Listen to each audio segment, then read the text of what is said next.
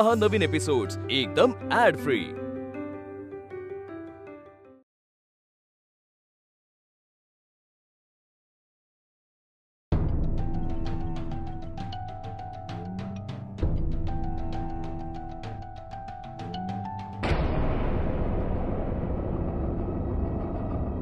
मालक, आजचे पेपर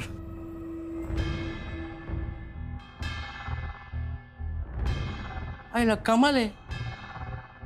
रोज 2 मिनिटं उशीर झाला पेपर द्यायला तर रागवत्याच, आणि आज बघितलं पण नाही।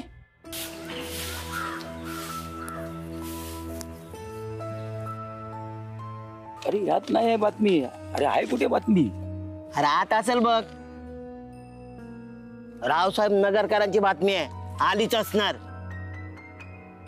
नाही आहे बातमी। काय पाहताय? गावातले लोक पेपरात बातमी आले का ते पाहू राहिलेत। मग आली आहे का? आली असन, पण मला हे अजिबात बरं वाटत नाही।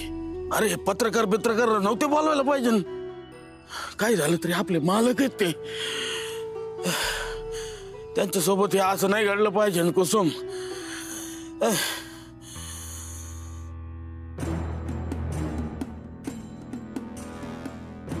ही दोघं एकत्र कशी काय आली बाहेरून?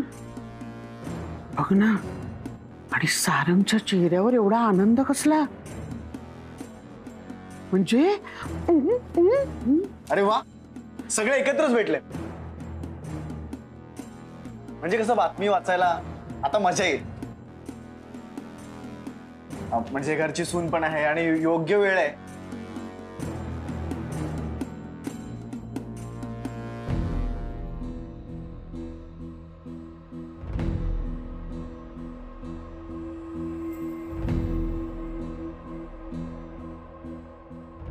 अरे पण कुठल्याच पेपरमध्ये काही बातमीच कशी नाही?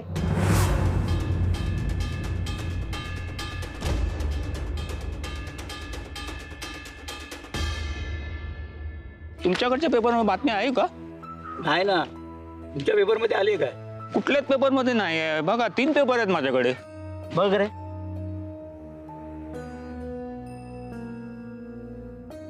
हो रे, कोणत्याच पेपरला बातमी नाहीये। म्हणलं बातमी येईल, गावचं नाव छापून येईल, आणि कसल्या काय? चला रे, चल चल। नाही आलं ते बरंच झालं। अगं शेवटी घरचा मामला आहे आपल्या, तो असा 4 चौघात असा लोकात उधळायला नाही पाहिजे। खरंय तुमचं। हॅलो, नाही बातमी महत्वाची नव्हती म्हणजे काय? अहो नाही, तुमच्या पेपरला तर नाहीच आहे, पण ऑनलाईन पेपर मध्ये पण छापली नाहीये तुम्ही। अहो असं कसं करता आपलं एवढं? हॅलो हॅलो, मी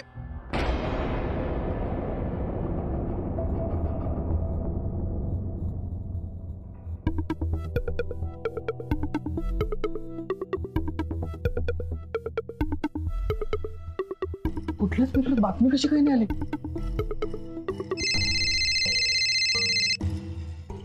हो दादा, का गेलात तुम्ही?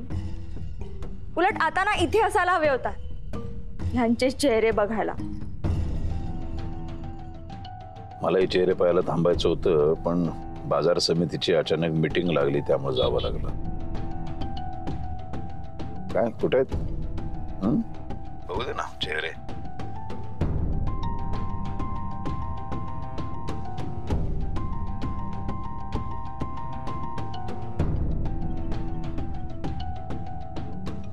अगदी मनातलं बोललात माझ्या। हे बघा, छान दिसतात ना?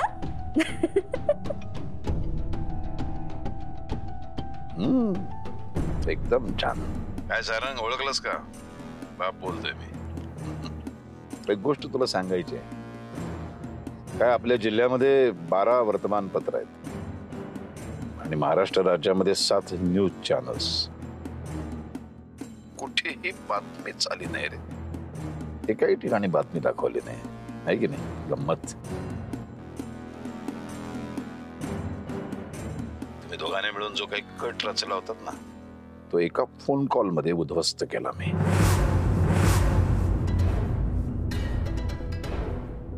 तू अजून ना तुझ्या बापाला ओळखलेलं नाहीयेस बाळा. ही फक्त बातमीने माणूस पण गायब करू शकतो. म्हणून मला लोक घाबरतात.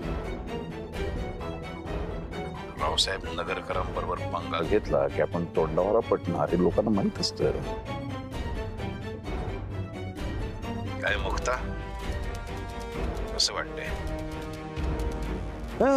अजिबात खचून जायचं नाही, नाराज तर अजिबात व्हायचं नाही. ही तर सुरुवात आहे. अजून मोठमोठे धक्के देणार आहे मी तुम्हाला.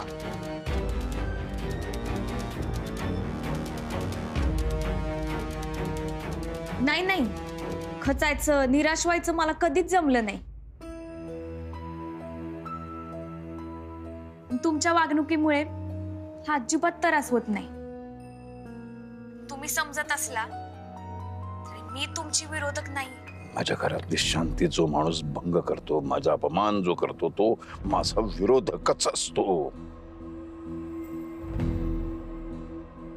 पण मी विरोधकांचे काय हाल करतो ते तुम्ही आता बघालच. दादा, तुमचं कामात लक्ष लागू नये म्हणून ती तुम्हाला चिथवण्याचा प्रयत्न करते.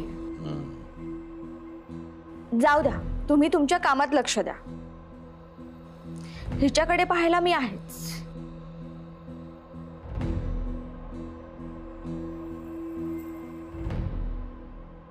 तुझी तर मी चांगलीच चिरवणार. रेणुका, नीट बोल तिच्याशी. तू बोलूच नकोस माझ्याशी.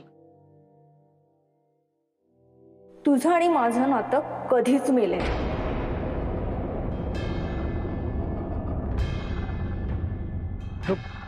गायत्री, बाळा तू आज चल. मी आहे ना.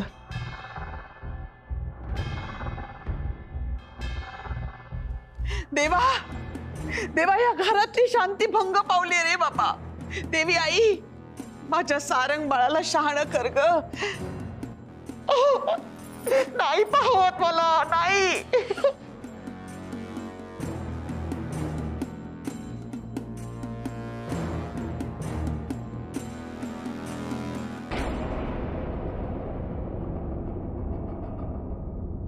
कसं समजावून सांगू मी हिला? हो, कसं म्हणजे? जाऊन बोलून समजावा त्यांना. बोलून? वय, त्यांच्याकडे जा, बोला त्यांच्याशी.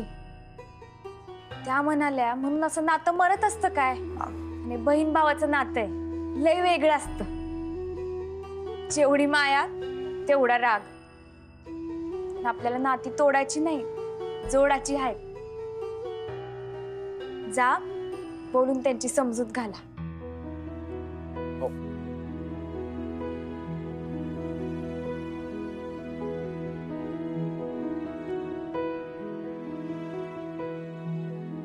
तिच्याशी पण बोललं पाहिजे.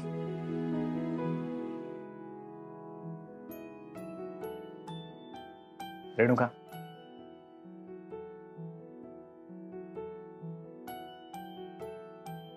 इथे कशाला आलायस? आलो नाहीये. तुझ्यावरचं प्रेम मला इथे घेऊन आलंय. हे बघ, मी तुझा राग समजू शकतो. शेवटी आपला जीव ज्याच्यावर सगळ्यात जास्त असतो ना, आपण राग त्याच्यावरच धरतो. रेणुका, माझं तुझ्यावर खूप प्रेम आहे ग. आणि आता मला तुझी सगळ्यात जास्त गरज आहे.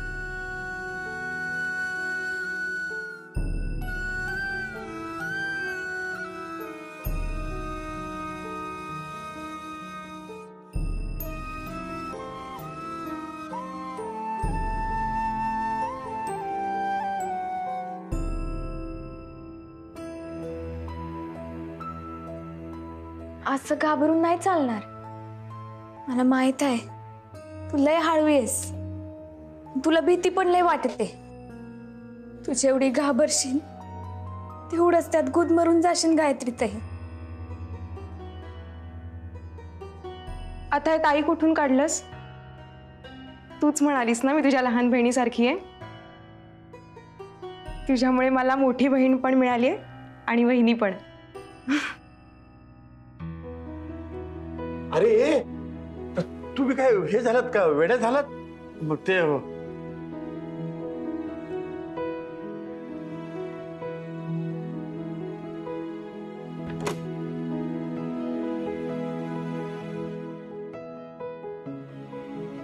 आता चालू द्या. मुक्ता, तूच भक्कम बनवू शकतेस गायत्रीला.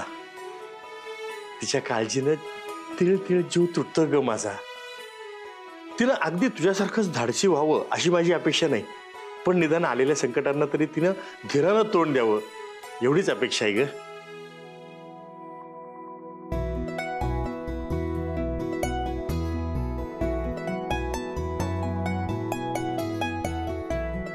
भाऊ काका, अहो तुम्ही न थांबता बोललात. म्हणजे ते हे हा न करता बोललात. अरे हो, हे असं कसं झालं? कारण तुम्ही मनातलं बोललात, कोणाची भीती न ठेवता.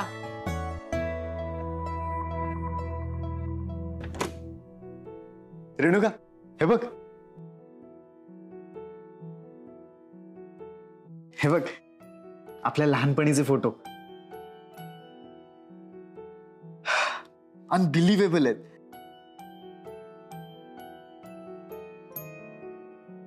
वाव, हा बघ लोणावळ्याच्या भुशी डॅमचा. हे रेणुका, आपण बघ ना एकमेकांच्या अंगावर कसं पाणी उडवतोय.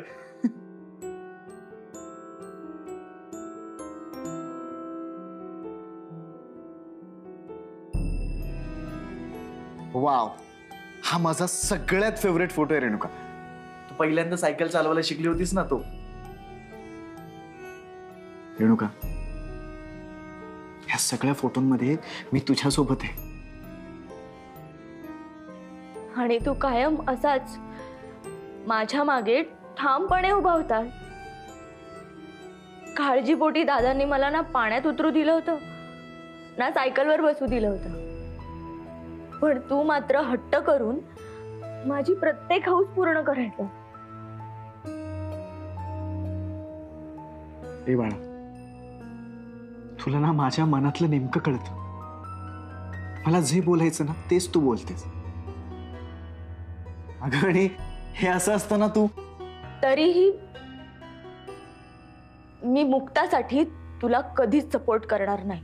अगं पण का? मुक्ता माझं प्रेम आहे.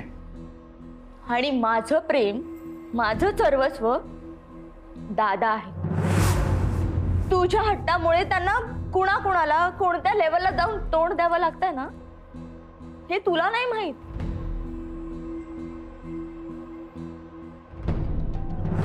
जर कार्य आमच्या घरची सून झाली नाही तर एक अख्खा दिवस मी हातामध्ये बांगड्या भरून, कपाळाला कुंकू लावून, साडी नेसून स्त्री वेशात काढीन. तुला ना दादांच्या इज्जतीची काळजी आहे ना त्यांच्या शब्दाची. जर तू असं फक्त स्वतःपुरतं जगत आलास ना तर आयुष्यभर या अल्बम मधले जुने क्षणच बघत राहावे लागतील. नवीन सुंदर क्षण जर आपल्यात घडावेत असं जर तुला वाटत असेल ना तर लवकर निर्णय घे.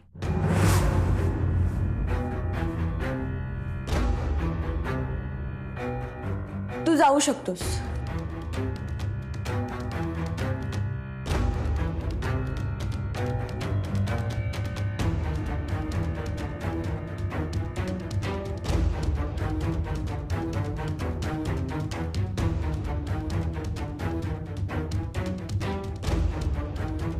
सारंग,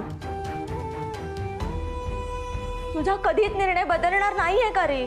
आपण एकमेकांकडून ठेवलेल्या अपेक्षा सारख्याच आहेत का? मी तुझा निर्णय बदलण्याची वाट बघेन.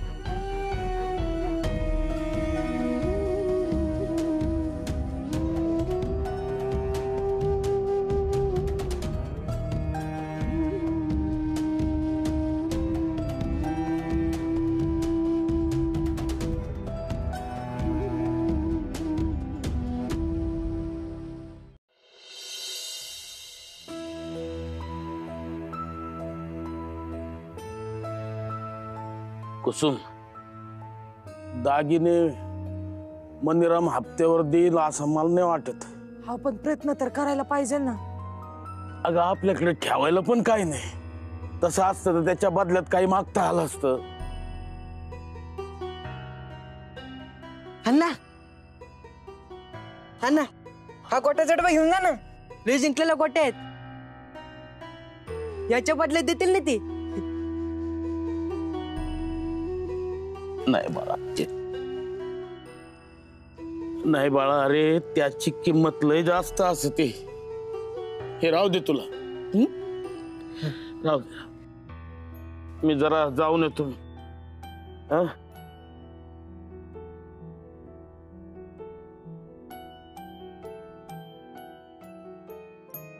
आई सोनं कोणाला पाहिजे? आपल्या मुक्ताला. पण तिला कशाला? तू तर म्हणत असते की माझी लेकरं सोन्यासारखी आहेत. मग कचा आई, तू अशी मिठी दिली ना की लय भारी वाटते. पण मुक्त त्याला नाही भेटणार तू अशी मिठी.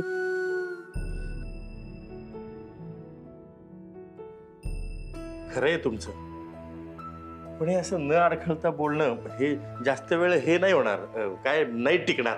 हे झालं परत सुरू. बाबा, तुम्ही असं बोलताना घाबरताना म्हणून असं होतं. ते समोरच्याच्या रिॲक्शन बघून मग बोलता तुम्ही. बाबा, तुम्ही असं बिनधास्त बोलायला शिकलं पाहिजे.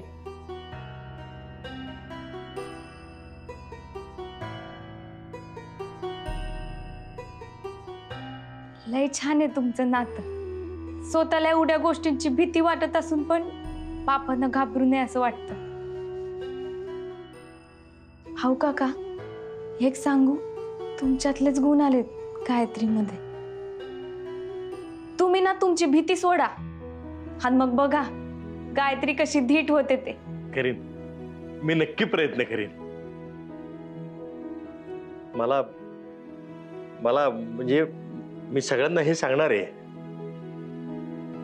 हो आहे, दादा म्हणतो ना तसं माझ्यात माझ्या आईचं, चंद्राबाईचं रक्त आहे आणि मला त्याचा अभिमान आहे. मुक्ता, तुला माहितीये, मी लहान असताना मला कुणीही शिकवलं नाही, तरी पण मी तबला ढोलकी वाजवायला शिकलो. माझा मित्र होता ना, त्याच्या घरी जाऊन प्रॅक्टिस करायचो मी तबल्याची. अगं, शाळेत असताना तर मी एकदा तबला वादनाचे हे घेतलं होतं, भाग घेतला होता. माझं खूप कौतुक झालं तेव्हा, पण घरी नाही सांगू शकलो. अच्छा, म्हणून तुमची बोटं अशी सारखी थिरकत असतात. असं होतं खरं. आणि त्या दिवशी मुक्ताला हे वाजवताना पाहिलं ना, संबळ, त्यामुळे माझ्या अंगात असं बळ आलं. हवेत थिरकणारी बोट खऱ्या तबल्यावर ढोलकीवर अशी नक्की थिरकतील. आणि तो दिस लवकरच येईल. तो दिस माझ्यासाठी लय महत्वाचा असेल. ज्या दिवशी तुम्ही तबला वाजवाल, मी संबळ वाजवीन आणि आपली आजी पुन्हा एकदा लावणी करत असत. मला माहित आहे हे सपान लय मोठं आहे, पण मोठं सपानच लढायला मोठं बळ देतात.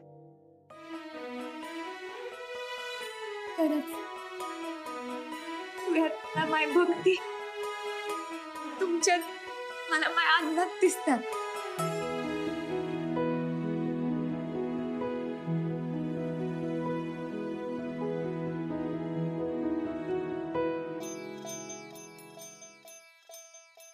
पण असं का होत असेल? सासरी आलेली मुलगी आपल्या सासरच्या माणसांमध्ये माहेरची माणसं का बरं शोधत असेल? तिला माहेरच्या लोकांची आठवण येऊ नये म्हणून की अगं, त्या मुलीला हे घर आपलंच आहे असं वाटावं म्हणून होत असतं हे असं. पण बाळा, निदान ह्या चार भिंतीच्या आत का होईना, तू मला तुझा अण्णा समज.